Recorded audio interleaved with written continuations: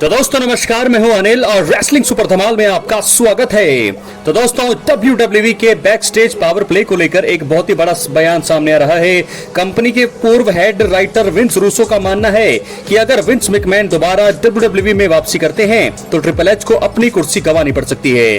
दोस्तों आज की इस वीडियो में बहुत सारी खबरें हैं, इसलिए वीडियो के अंत तक बने रहें। और अगर आप चैनल पर नए हैं, सब्सक्राइब करने के बाद ऑल पर क्लिक करें, क्योंकि फ्री है और यहाँ आपको हर प्रकार की रेसलिंग जगत से जुड़ी हुई तमाम जानकारी मिलती है और मिलती रहेंगी। इसलिए वीडियो को लाइक करें, शेयर करें, सब्सक्राइब करने के बाद ऑल पर क्लिक जरूर करें। तो चलिए दोस्तों वीडियो को आगे बढ़ाते हैं। आपको बता दें, सबसे पहले रूसो ने यह दावा किया है कि ट्रिपल एच और विंस मैकमैन के बीच रिश्ते उतने अच्छे नहीं हैं जितने दिखाए जाते हैं। ट्रिपल एच, जिनका असली नाम पॉल लेवेक है, 1990 के दशक में WWE का हिस्सा बने थे। शानदार इन रिंग करियर के बाद उन्होंने बैकस्टेज भूमिका में कदम रखा। 2022 में विंस मैकमैन की रिटायरमेंट होने के बाद उन्हें कंपनी का चीफ कंटेंट ऑफिसर बनाया गया। हालांकि बाद में विंस मैकमैन की आंशिक वापसी हुई, लेकिन ट्रिपल एच अपने पद पर बने रहे।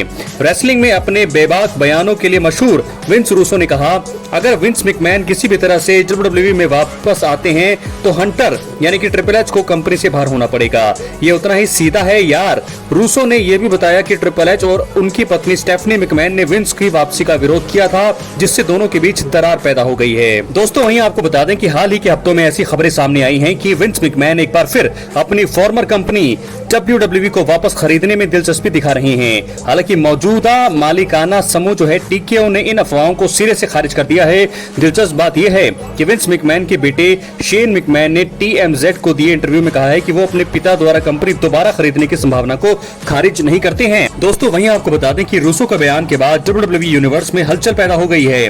क्या विंस मैकमैन वाकई कंपनी में वापसी करेंगे? अगर हाँ, तो क्या ट्रिपल एच को अपना पद छोड़ना पड़ेगा?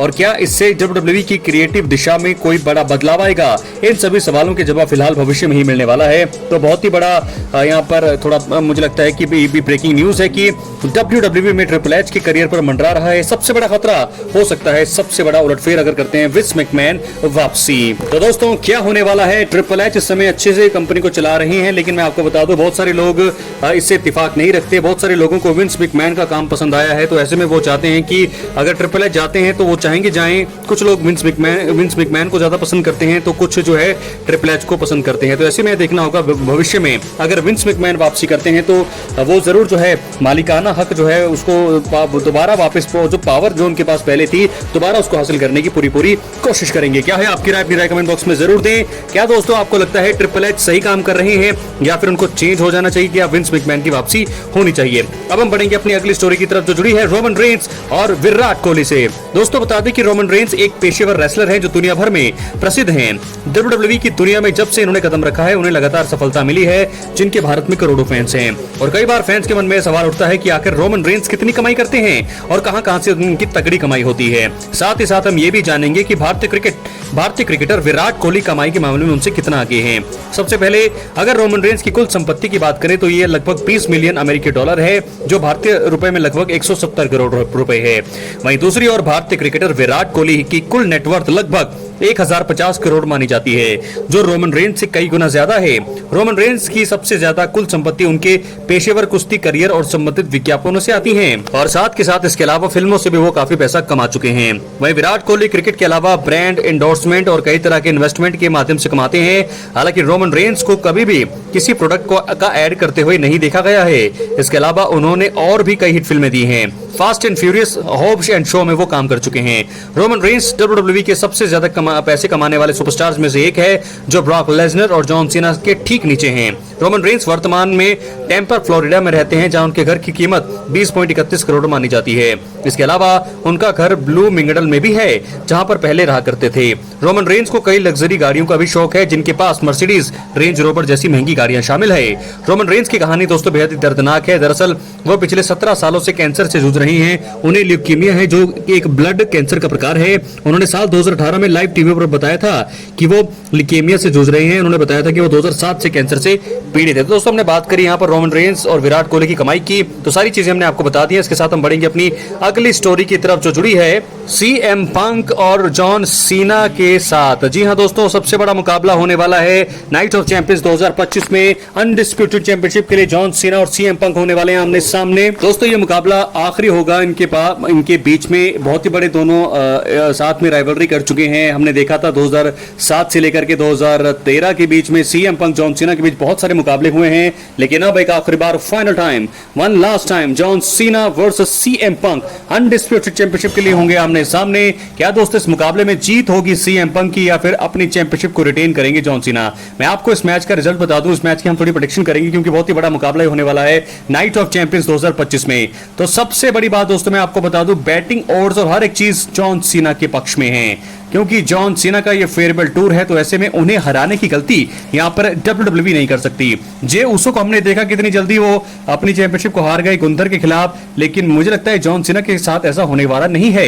जॉन सीना फिलहाल इस समय एक हील के तौर पर बहुत ही बढ़िया काम कर रहे हैं, जो नाइट ऑफ चैंपियंस में अब सीएम पंक से भिड़ेंगे। इस मुकाबले की एंडिंग बहुत ही खतरनाक हो सकती है। मुझे लगता है कि नाइट ऑफ चैंपियंस में रोमन रेंस की वापसी हो सकती है और वो वापसी करके जॉन सीना को कन्फ्रंट कर सकते हैं, चैलेंज कर सकते हैं समर स्लैम के लिए। एक चीज मुझे लगता है ये हो सकती है।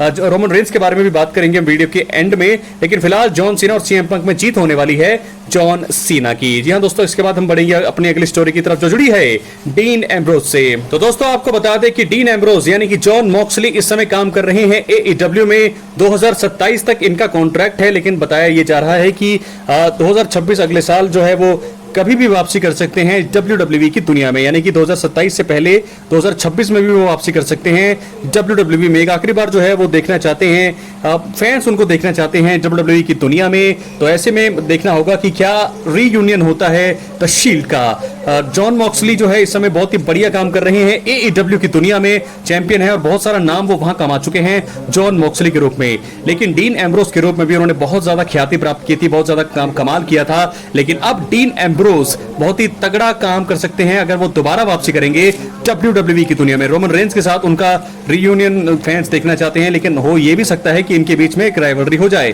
तो dean Ambrose versus Roman Reigns, ये चीज मुझे लगता है कि हो सकती है भविष्य में, अगर डीन एम्ब्रोज जो है यानी कि जॉन मॉक्सली जो है अगर रिटर्न करे WWE में। देखना होगा क्या होगा, लेकिन फैंस को बहुत मजा आएगा dean Ambrose versus Roman Reigns. अब हम बढ़ेंगे अपनी फाइनल और आखिरी स्टोरी की तरफ जो जुड़ी है रोमन रेंस से।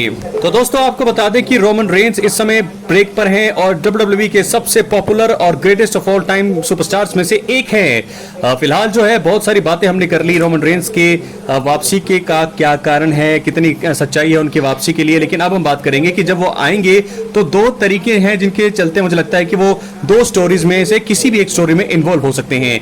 सबसे पहले जो कॉन्ट्रैक्ट इशू है वो तो है ही है, कॉन्ट्रैक्ट इशू भी है उनका, लेकिन जो मुझे लगता है कि बड़ी जल्दी सॉल्व हो जाएगा। लेकिन साथ के साथ बड़ी खबर ये है कि जब वो वापसी करेंगे तो दो बड़े रीजन हो सकते हैं उनके सामने। सबसे पहले आपको बता दें कि सेथ रॉलिंस बने हैं mister money in the bank.